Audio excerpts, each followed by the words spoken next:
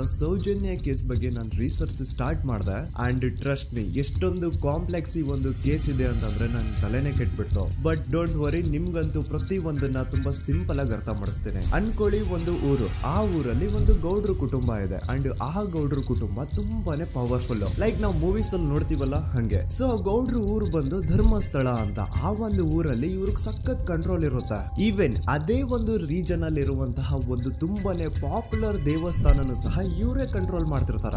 ಆ ಒಂದು ದೇವಸ್ಥಾನ ಇಂದ ಈ ಗೌಡ್ರ ಕುಟುಂಬಕ್ಕೆ ಎಷ್ಟೊಂದು ದುಡ್ಡು ಬರ್ತಾ ಇರುತ್ತೆ ಅಂತಂದ್ರೆ, ಅದೇ ದುಡ್ಡಲ್ಲಿ ಇವರು ಬೇಜನ್ ಪ್ರೈವೇಟ್ ಪ್ರೈಮರಿ ಅಂಡ್ ಹೈಸ್ಕೂಲ್ಸ್ ನ ಸ್ಥಾಪನೆ ಮಾಡಿರ್ತಾರೆ.